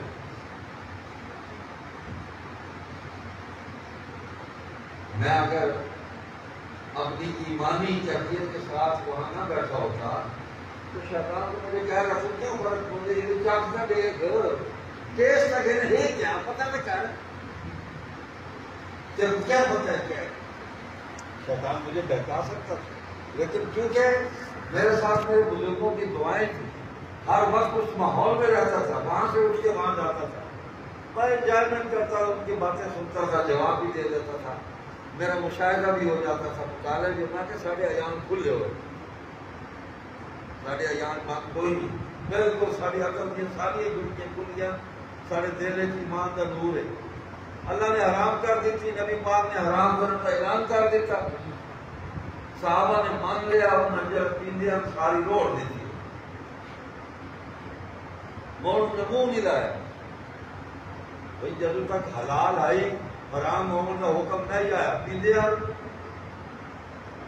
مختلف کیفیات جب پی دے بھی ایک جان. ہاں آج دنیا کی ترقی کر گئی ہے، وہ زمانہ 350 شراب دیا قسم ہن بڑا زمانہ جاری دی کاری 350 شراب دے نا ہن، اور صرف نا نہیں وہ ذائقے ہن، ٹیسٹ ہن، ورائٹی ہے جی، کوالٹی اینڈ ورائٹی. وہ پیتے ہیں تو پی کے موڑ کھلو کے مقابلے سے شعر ہی پڑھتے ہیں، شعر ہی پڑھتے ہیں پھر بدی ایسا سب تو وہ دیسی کپی لگتی ہے کپی ادھی پیتی 3 گھوٹ لائے نالی منہ ہوتا ہے تو سویرے آ کے محلے گھیر کے پرا کرے یہ پتہ کرو کہڑے صاحب ہے. میں ہوں تو دس نہیں سکتا سارے اس ملک کی بہت بڑی ہستیاں بلکہ ہندو پاک کی بہت بڑی ہستیاں انہوں کا پوتر ہے اللہ بخشش فوت ہو گیا. میں برائی نہیں بیان کر رہا، میں مثال دے رہا ہوں. وہ ہوتے ہیں راتی پیتی کہ بس وہ ٹرتے پھرتے لہراتے کدھر جناب وہ نالی منہ پہ آئی تو سڑک کے کنارے پہ آئی. وہ پولیس جو لگی اٹھا انہیں اچھا رہا کہ وہ دلاب دیا لوگوں کو پیسے سے وہ جا کے کھانے لائے. اور ایسا جو بچہ ہو میں کہا کھانا خراب ہو گئے ان جتنے چاہے ہو صحیح کھاتا ہو یہ چیف جسٹس نے ہوش آ گئی کہ پورے تھانے میں صحیح انہیں بند کر دیتے، صحیح عدالت آ رہی. یہ واقعہ ہوا ہمارے ملک میں، ہمارا یہ حال ہے. وہ پیتے تھے، وہ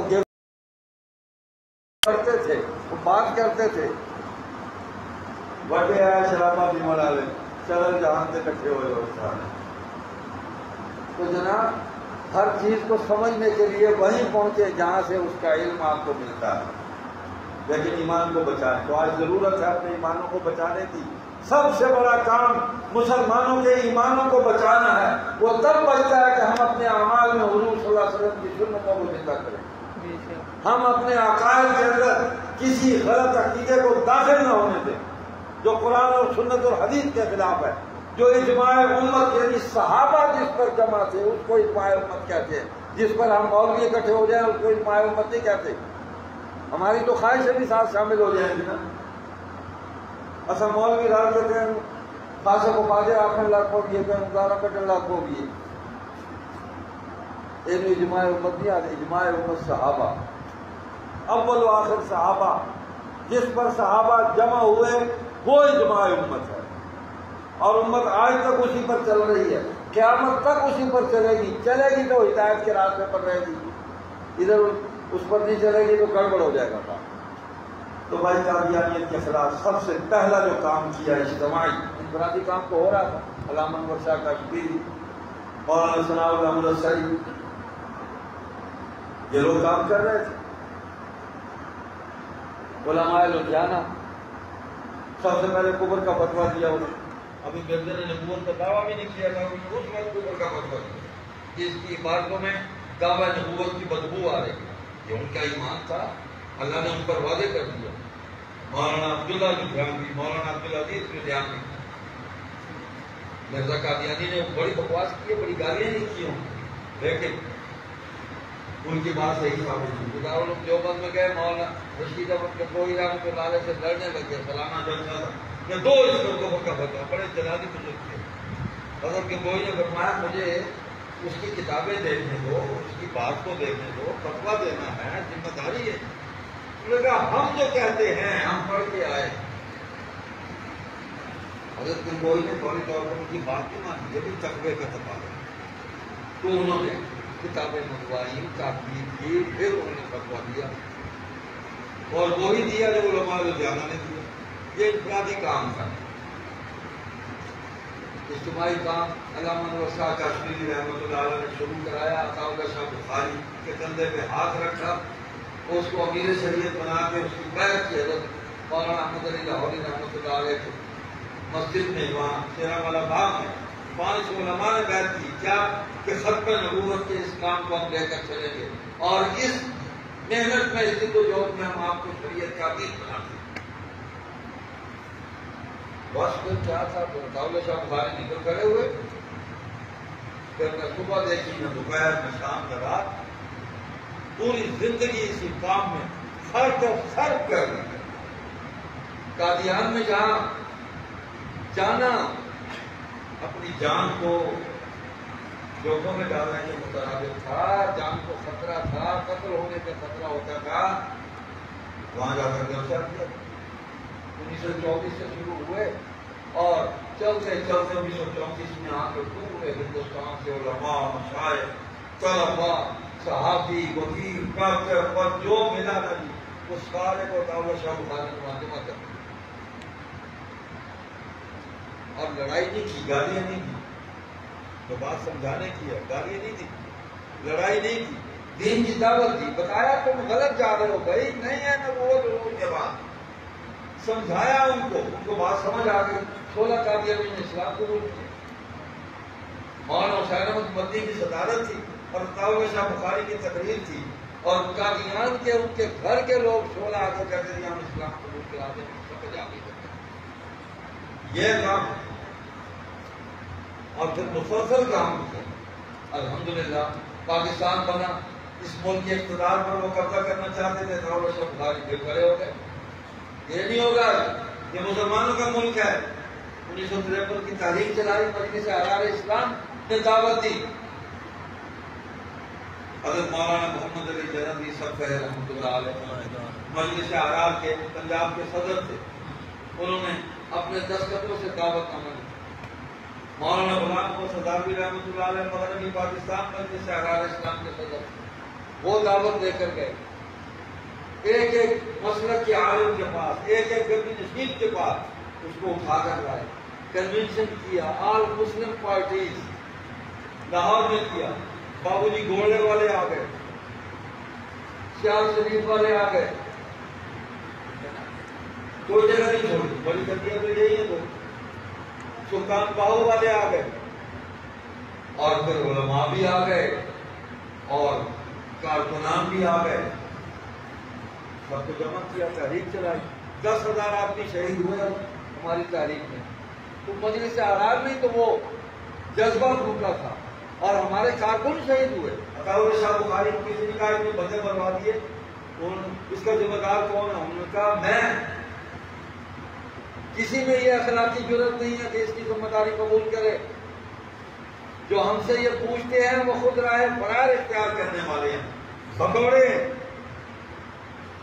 کہ میں نے ان کے دلوں میں حضور صلی اللہ علیہ وسلم کی محبت کی شمع کو روشن کیا، اس جذبے کو میں نے ان کے دلوں کے اندر بیدار کیا، کھڑے ہو جاؤ، جان دینی پڑے تو جان دے دینا، لیکن حضور کی ختم نبوت پر آنچ نہ آنے دینا، اس پتھر کو گرنے نہ دینا، اس سمے ختم نبوت کو بجھنے نہ دینا۔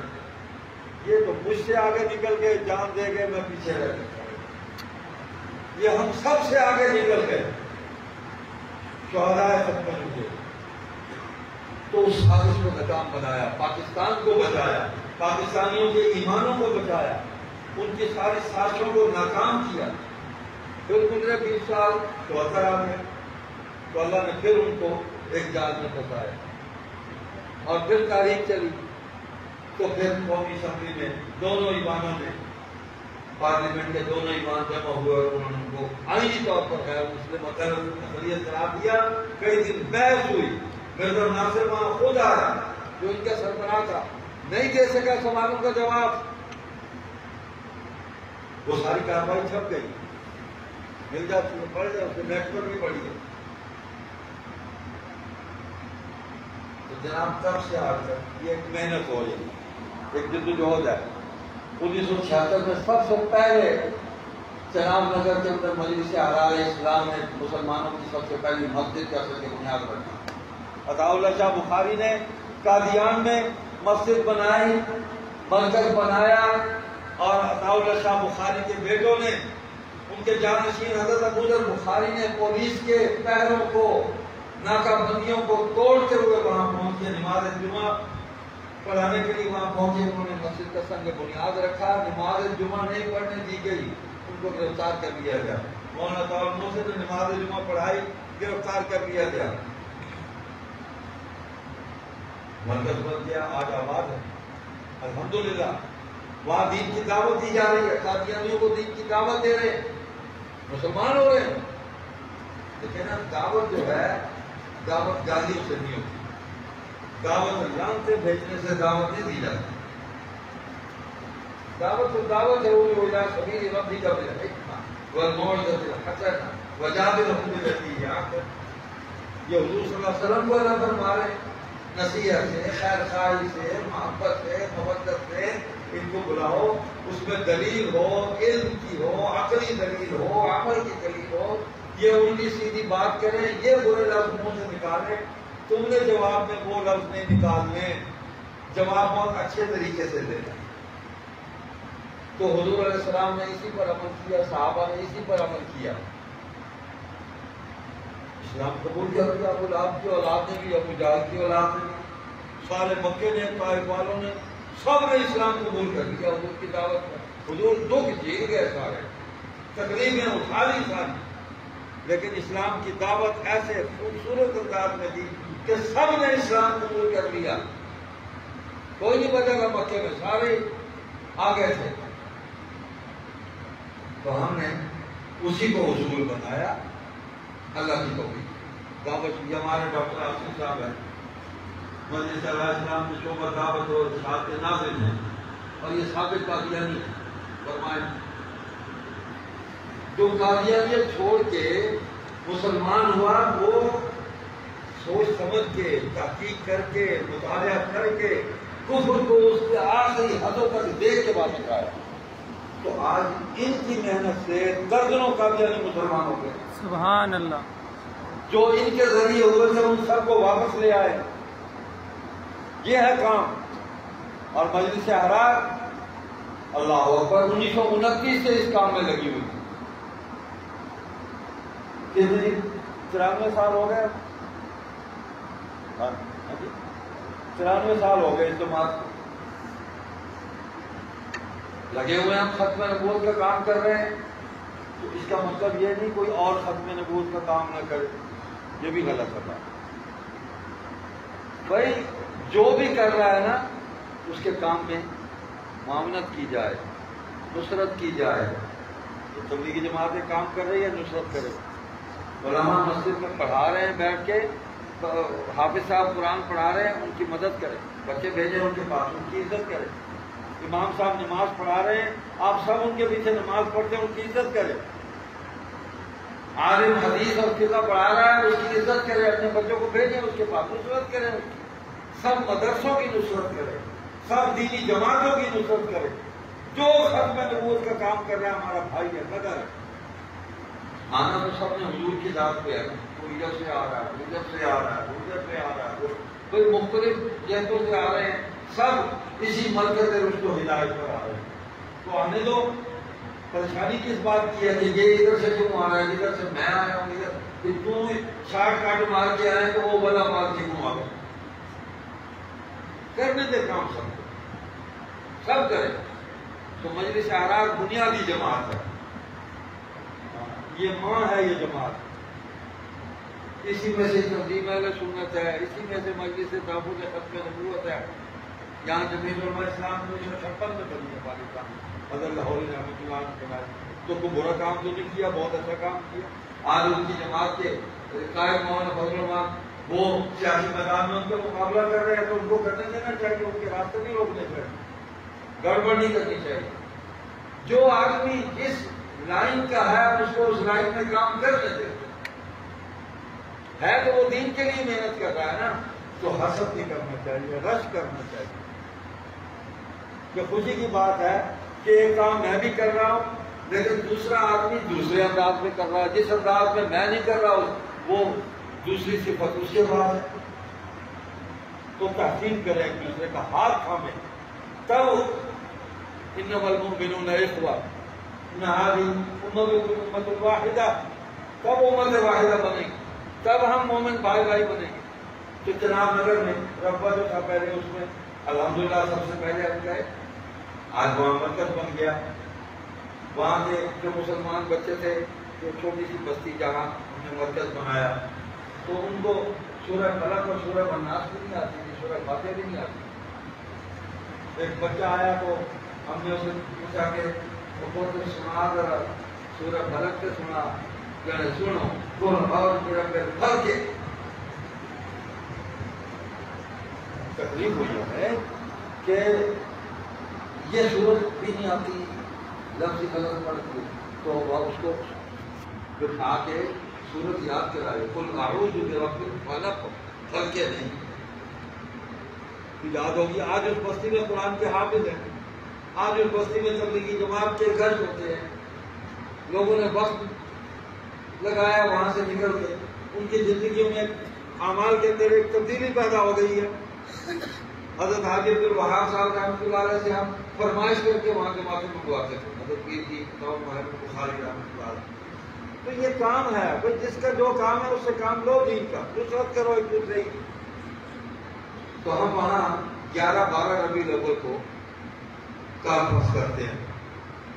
44ویں کانفرنس ہے، سالانہ ختم نبوت کانفرنس، 2 دن 11-12 ربیع الاول. کسی بھی موسم میں آئے، مارچ میں آئے، ستمبر میں آئے، اکتوبر میں آئے، ربیع الاول ہے. رمضان شریف میں تو نہیں آئے گا نا ربیع الاول. ربیع الاول میں ہی آئے گا. تو ان 2 تاریخوں کو کانفرنس ہوتی ہے. علماء آتے ہیں، مختلف طبقوں کے لوگ آتے ہیں، وہاں نامسلمین بھی آتے ہیں. ڈاکٹر صاحب اکٹھے کرتے ہیں، وہاں آتے ہیں جنہوں نے قادیانیت چھوڑی، ہندو مذہب چھوڑا، بہائیت چھوڑی. تو ان کی گفتگو سے بھی ہم استفادہ کرتے ہیں، ان کو اس کام میں بھی شامل کرتے ہیں کہ آپ اپنے قبضے کے اندر دین کی دعوت دیں، کیسے دیں، ذرا دعوت دیں. تو اس میں آپ آئیں انشاءاللہ انشاءاللہ. یہاں سے انتظام کیا ہے یہ کروڑ آدمی سب سے. یہ ہمارے ساتھی ہیں محمد عدنان، بس لے کر جائیں گے. جو ساتھی شامل ہونا چاہیں میں ان کا نمبر لکھوا دیتا ہوں، آپ لکھ لیں 0309. جو جانا چاہتے ہیں لکھ لیں 0309 737 737. یہ 737 4020 737 4020. عدنان نام ہے اس کا، محمد عدنان. کروڑ ڈالی سمجھے ہیں، ان سے رابطہ کر لیں. اور یہاں سے میں تو یہاں سے بھی کہوں گا کہ ساتھی کو تیار ہو جائے. انشاءاللہ الگ سے آئے، اپنی سواری بناتے ہیں، جناب نگر میں پہنچے۔ 11 ربیع الاول کو ظہر کے بعد ہماری نشست کا آغاز ہوتا ہے، کچھ تربیت کی ہوتی ہے، اور مغرب کے بعد ذکر اذکار کی مجلس ہوتی ہے، درود پاک پڑھا جائے گا، دعائیں ہوں گی۔ عشاء کے بعد پھر وہ مصری قرآ بھی آ رہے ہیں، ان کی قرآن کریم کی تلاوت ہوگی، 2 قرآ ہیں، اور کچھ علماء کے بیانات بھی ہوں گے۔ رات سونے کے لیے ہم بچا لیتے ہیں، ہم 12 کو آپ نے تو مجھے دیر سے اٹھایا، میں نے بھی تو وہ آپ سے کوئی انتظام لینا تھا تو آپ کر دیں، اللہ کو جو ہے خیر۔ تو وہاں 12 بجے قریب 11 ربیع الاول کو رات کو نشست ختم کر دیتے ہیں، سو جائیں، آرام کریں، فجر کی نماز جماعت سے پڑھیں، گھر سے قرآن سنیں، اشراق پڑھیں، ناشتہ کریں، اپنی ضروریات پوری کریں، تو 10 بجے ہم پھر نشست شروع کر دیتے ہیں دن کو، وہ ظہر تک چلتی ہے، اور اس میں مختلف شعبوں کے لوگ آتے ہیں، ان کی گفتگویں ہوتی ہیں، اور ظہر پڑھ کے پھر ہم جلوس نکالتے ہیں 12 ربیع الاول کو۔ اور آپ کے لیے کیا جلوس ہے؟ بتاتے ہوں کیا جلوس ہے؟ وہ سزائی کے لیے علماء کہتے ہیں کہ کوئی جواب ہونا چاہیے، اس لیے آپ دعوت دے رہے ہیں، دعوت اس کام کے لیے دے جو بدعت نہ ہو۔ تو دین کی دعوت دینا، دین کی تبلیغ کرنا، یہ بدعت نہیں ہے، سنت ہے۔ تو ہمیں وہاں یہی ایک موقع ملا کہ ہم اس جلوس کے ذریعے قادیانیوں کو اسلام کی دعوت دے سکتے ہیں، اور تو ذریعہ نہیں، اجتماعی طور پر۔ تو ہم نے اس جلوس کو دعوت اسلام ریلی کا نام دیا، یا جلوس دعوت اسلام۔ اس کا ٹائٹل ہی ہم نے یہ رکھ دیا کہ جلوس دعوت اسلام، اور ہم ان کے شہر میں گزرتے ہیں، پرامن، کوئی گالی نہیں دیتے، گفتگو ہوتی ہے، ان کو دین کی دعوت دیتے، ختم نبوت کی آواز لگاتے، ان کے دروازوں کے سامنے کھڑے ہوتے، اور اخلاق سے، محبت سے، دلیل سے اس کا اثر ہوتا ہے۔ نوجوان متوجہ ہے۔ میں آپ کو بتانا چاہتا ہوں، طاقت تو پہلے بھی نہیں تھی ان میں، نہ علم تھی، نہ کوئی اور عمل کی کوئی دلیل تھی، لیکن اب ان کی اگلی نسل جو ہے وہ مایوس ہو گئی اپنی قیادت سے۔ ایسا جاہل آدمی ان کی پوری تاریخ میں نہیں آیا جتنا یہ ان کا جو مرزا مفروض، جو مسرور جس کو کہتے ہیں، وہ کیا خلیفہ بنا ہوا ہے، خلیفہ کہنا بھی توہین ہی ہے۔ ایسا جاہل آدمی نہیں آیا تو پوری تاریخ۔ نوجوان نسل پریشان ہے کہ ہم کدھر جائیں، مسلمان ہمیں قبول نہیں کرتے، ہم اس معاشرے کے اندر ہم چل نہیں سکتے، لوگوں کے اندر گھل مل نہیں سکتے، جس کو پتہ چلتا ہے وہ قادیانی ہے، پریشان، اپنے مذہب کا بھی ان کو پتہ نہیں۔ ہم انہی کی کتابیں ان کے سامنے رکھتے ہیں کہ اس کو پڑھ لیں، ہم گفتگو نہیں کرتے، یہ سب بات ہے، ان کو پڑھ لیں، جو آپ کے ذہن میں سوال پیدا ہوتے ہیں، تو وہ ان کو پڑھ کر خود ہی وہ ہل جاتے ہیں، دوڑ جاتے ہیں۔ یہ کیا لکھا ہے؟ ہمیں تو کچھ نہیں پڑھا، ہمارے نوجوانوں نے قرآن پڑھا ہوا سارا، حدیث پڑھی ہے، سنت۔ جس طرح مسلمانوں کے معاشرے کے اندر ہمارے یہ حال ہے کہ ہم نہ قرآن پر غور کرتے ہیں، نہ حدیث پر غور کرتے ہیں، نہ سنت کا پتہ ہے، من مانی زندگی گزار رہے ہیں، من چاہی زندگی گزار رہے ہیں، رب چاہی زندگی نہیں گزار رہے ہیں۔ ان کا حال بھی، وہ اپنے آپ کو مسلمان ہی سمجھتے ہیں، یا مسلمان ہیں، نمازیں پڑھ رہے ہیں، روزے رکھ رہے ہیں، صدقات ادا کرتے ہیں، زکات دیتے ہیں، ساری عبادات کرتے ہیں، ان کو پتہ ہی نہیں ہے یہ جو کچھ ہم کر رہے ہیں یہ سب کچھ ضائع ہو رہا ہے۔ ابھی تک بلا نصیب الحم یوم القیامت وزنا، کسی طور میں نہیں آئیں گے قیامت کے دن، ان کو شعور نہیں ہے۔ یہی شعور بیدار کرنا ہے، اور یہ شعور محبت سے بیدار ہوتا ہے۔ لیکن تحریک کا ماحول اور ہوتا ہے، دعوت کا ماحول اور ہے۔ جب تحریک کا ماحول ہے تو پھر تحریک چلائی ہم نے۔ اب بھی اگر کوئی موقع آیا تو پیچھے نہیں ہٹیں گے، دوڑیں گے نہیں، ہم چلائیں گے تحریک۔ اگر اللہ نے ہم سے کوئی ایسا ہی کام لینا، اللہ سے دعا کرتے ہیں کہ ان کو ویسے ہی ایمان کی نعمت مل جائے، اس دعوت کے نتیجے میں مسلمان ہو جائیں، تو بھائی اس میں آنا ہے۔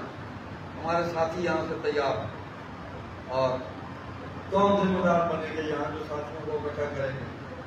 ہاں جی، کوئی ایک ذمہ دار بن جائے، کوئی ایک ساتھی جو دعوت دیں گے، ایک تو وعدہ کرے نا آپ نے سب، ایک بندہ تو جانے کا وعدہ کرے، اس میں نہ کرے، کون جائے گا؟ کیوں؟ اسلام سے جب آپ سیکھے ماشاء اللہ، آپ کا اس میں گرامی وزیر احمد ماشاء اللہ، لو جی پھر وزیر احمد صاحب سے آپ رابطہ کر لیں اور جماعت بنا کے آ رہے ہیں، خدا کا تشریف ہے، 3 آدمیوں سے جماعت بن جاتی، تو 2 اور ساتھ مل جائیں تو جماعت بن کے جناب نگر آ جائے، اور دیکھیں ہم فقیروں نے اللہ کی توفیق یہ مولانا اسماعیل صاحب کئی دفعہ کہے ہیں، سلامت بڑے عرصے بعد ملاقات ہو جائے، رونق لگی ہوئی،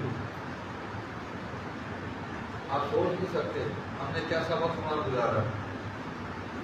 عطا اللہ صاحب بخاری کا بیٹا، آج میں گاڑی پہ آیا، میرے نیچے گاڑی ہے، بڑی مہنگی گاڑی ہے، ٹھیک ہے، عطا اللہ صاحب بخاری کے بیٹے چنیور سے کھوتا ریڈی میں بیٹھ کے چناب نگر گیا، تصور تو کرے نا، گدا گاڑی پہ بیٹھ کے کارکن ہے، اس کو کہا یار سب سے کھوتا کرتا گاڑی چھیپا، ہاں وہ بھی زندہ ہے، وہ بندہ بھی زندہ ہے، کارکن کھانا پکوایا، بڑے سارے دیر کے وہ بیڑے پہ رکھے اور اوپر جناب وہ چوکی مار کے بیٹھ گئے، اس کا چار بھی چھیپ رہا، 8 میل کا سفر ہے، تو عطا اللہ صاحب بخاری قائد تاریخ کے ختم نبوت، خطیب ایشیا میں ہوں کا ہر کا خطیب یورپ کو ایشیا وہاں یورپ کے ہی کئی ٹھیک ہے، سب پتہ نہیں کہڑا ہے، ٹھیک ہوں گے یہ حال کر دو کوئی پتہ لگے نہیں کہڑا ہے خطیب یورپ کو۔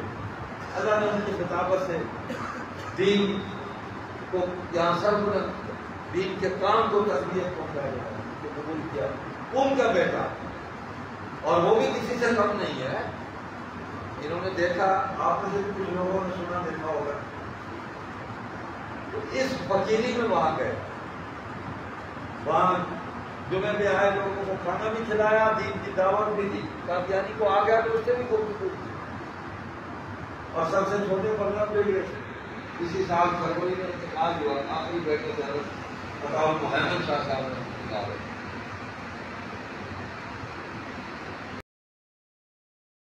سے واپسی پر کرایہ بھی سکتا، اور میں تو وہاں تک نہیں، میں چوکی میں یہ پرچم کھا کے پردیشی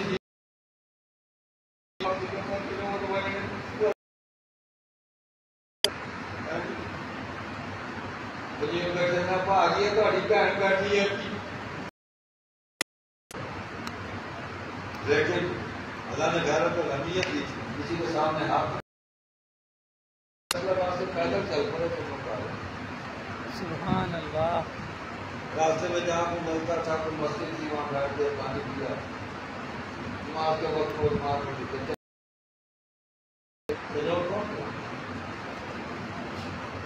ان مشکلات سے ہم نے بہت وقت گزارا ہے، اور اللہ نے باہر نکالی۔ آگے دیکھیں محلات بنانا بہت آسان ہے، لیکن جن کا اکٹھا کریے آرام پیدا ہوتا ہے۔